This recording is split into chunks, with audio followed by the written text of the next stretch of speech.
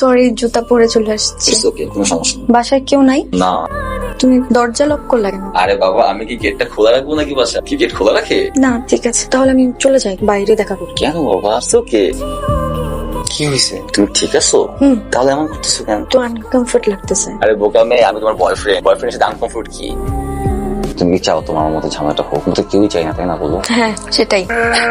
কিরে, কি হয়েছে? তুই ইমার্জেন্সি ডাকলি যে? আমার একটা ওষুধ কিনতে হবে, একটু হেল্প কর না। তো ওষুধ কিনতে হবে তো আমাকে কেন ডাকতেছিস? তুই কিনতে পারিস না? এত কথা বলতেছিস কেন? তোর ডাকে কি আমি অপরাধ করছি? জানি না। যাচ্ছি। এসব কি? কি আবার ওষুধ দেখতেই তো পাইতেছি। আমি বলছি যে হঠাৎ করে তোর এটার কিসের জন্য প্রয়োজন পড়লো? খুব ভালো করে জানিস এটা কেন দরকার, আর আমিও জানি এটা কেন দরকার। এই জেনারেশনে 80% ছেলে মেয়েদের গুলো হচ্ছে, আর তুমি জিনিসটাকে উইয়ার্ড ভাবে বিহেভ করতেছো। Why really I don't. আমার মাথায় কাজ করতেছে না যে তুমি এত উইয়ার্ড বিহেভ কেন করতেছো। ও সরি, অ্যাবনর্মাল তো আমি, তুমি না। আচ্ছা একটু বোঝার চেষ্টা করো। আমি আসলে এসবের সাথে অভ্যস্ত নই মা।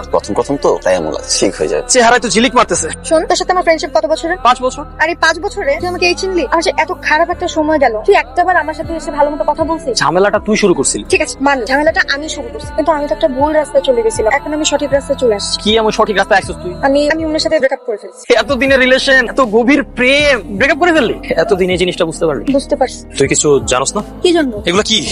কই পাইনি? আমি পাই নাই, জুবাই দিছে। ও মাই গড, কি হবে? আমি কিচ্ছু বুঝতেছি না। যদি বাসায় জানে, সর্বনাশ হয়ে যাবে। ভাইয়া তোমাকে রেই ফেলবে। মা, আমার কিছু টাকা লাগবে। কত টাকা? 10,000। এত টাকা দিয়ে তুই কি করবি? Semester fee. তোর সেমিস্টার কি এত টাকা নেই? এত টাকা না মা, কয়েকটা সাবজেক্টের ইমপ্রুভমেন্টের জন্য দিতে হবে। ফেল করছিস? ঠিক ফেল না, কয়েকটা সাবজেক্টে মা নাম্বার একটু কম আসছে। ঠিক আছে, তোর যেখানে যত টাকা লাগবে আমি যা জমা দিয়ে আসবো। না ভাইয়া, তোমার কষ্ট করে যেতে হবে না, আমি টাকা জমা দিই। কেন, আমি জমা দিলে সমস্যা কোথায়? ভাইয়া তুমি কি আমাকে অবিশ্বাস করো? আচ্ছা মা, আমি কি কখনো আজেবাজে টাকা খরচ করছি বলো? না, তা করস না। তাহলে আহা, তোদের সমস্যাটা কোথায় বলতো?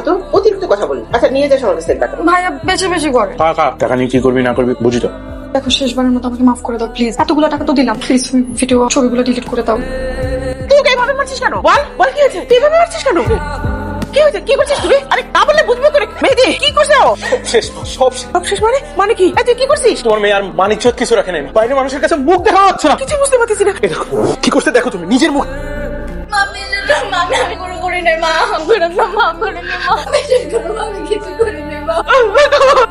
তুই এগুলো কি করতেছিস? আশেপাশে মানুষজন তাকায় আছে। তুই এটা কি করতে যাচ্ছিলি? এটা কোনো সলিউশন? তোর কি মাথা খারাপ হয়ে গেছে? হ্যাঁ, আমার মাথা খারাপ হয়ে গেছে। আমার আর কোনো ওয়ে নাই, আমার কাছে না কোনো সলিউশন নাই রে। আমার আর ইচ্ছা করতেছে না বাঁচতে। তুই যা। আমার কথা আমি বাঁচবো না। আমি বয় এখানে। আমার কথাটা শোন আগে। দোষ তো তোর না, দোষ তো ইমনের। তুই করছে ও।